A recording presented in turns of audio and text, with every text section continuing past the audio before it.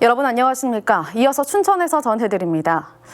2021학년도 대입 수능 시험이 현재 마지막 5교시로 치러지는 제2외국어 영역 시험을 끝으로 마무리됩니다.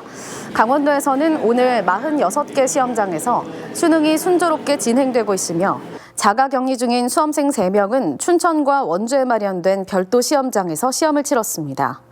또 경미한 발열과 기침 증세를 보인 2명은 본인의 희망에 따라 3교시부터 일반 시험장의 별도 시험실에서 응시하고 있습니다. 대부분의 수험생들은 조금 전 4시 32분 4교시 탐구 영역 시험을 마치고 귀가하고 있습니다. 강원도교육청은 수능 4교시 한국사 시험 결시율이 14.88%로 지난해보다 1.9%포인트 올라가 사상 최고치를 기록했다고 밝혔습니다. 오늘 아침 8시쯤 철원군 갈마름 문해리 가련고개 인근에서 수험생 자녀를 태운 차량이 가드레일을 들이받는 사고가 났습니다. 이 사고로 차를 몰던 수험생 어머니가 다쳐 병원으로 이송됐고 수험생은 경찰의 도움으로 시험장에 입실했습니다. 또 춘천과 원주, 강릉에서도 시험 장소를 착각하거나 입실 시간에 늦을 것 같다는 신고가 접수돼 강원도 내 수험생 5명이 순찰차의 도움을 받아 시험장에 도착했습니다. 이틀 새 강원도 내에서는 코로나19 환자 11명이 발생했습니다.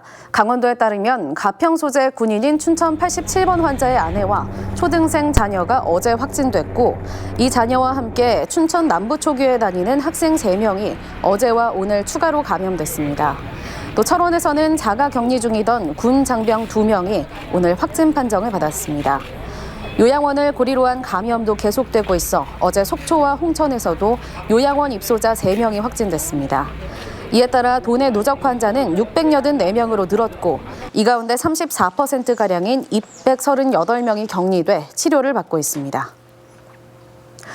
춘천 남부초등학교 내 코로나19 전파로 확진된 초등학생 3명에 대한 역학조사가 이루어지면서 추가 전파 여부에 관심이 쏠리고 있습니다.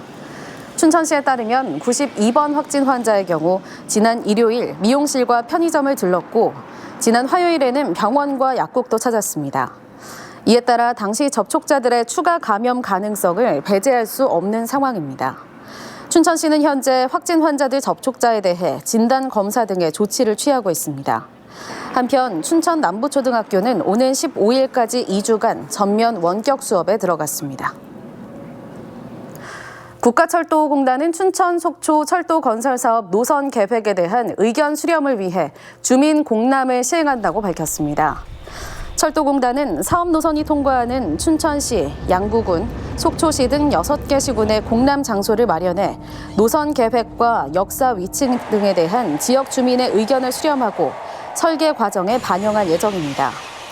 춘천 속초 철도 건설 사업은 2조 2,840억 원을 투입해 총 연장 93.7km의 단선 전철을 건설하며 6개 역이 들어섭니다. 춘천시가 내년도 정부 예산으로 4,011억 원의 국비를 확보했다고 밝혔습니다. 춘천에 관련된 정부 예산 사업을 살펴보면 퇴계동 국민체육센터 건립과 신부급 노후 상수도 정비, 동춘천 산업단지 공공폐수시설 조성 등입니다.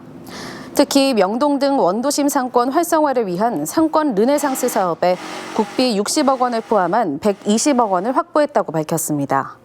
또 주차장 부족 지역인 강원대 후문에 공영 주차장 사업비를 확보해 설계에 착수할 수 있게 됐습니다.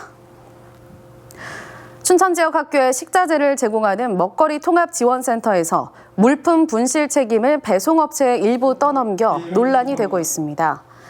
춘천시의회 정례회에서 김보건 의원은 식자재 운송 상자 690개가 분실되자 지원센터의 한 직원이 배송업체의 책임을 물어 변상을 요구했다고 지적했습니다. 특히 업체 2곳에서 수십만 원을 현금으로 받았다며 갑질이라고 주장했습니다. 이에 춘천시는 해당 직원이 업체로부터 현금을 받은 것은 문제라며 필요하다면 감사에 나서겠다고 밝혔습니다. 지금까지 춘천에서 전해드렸습니다.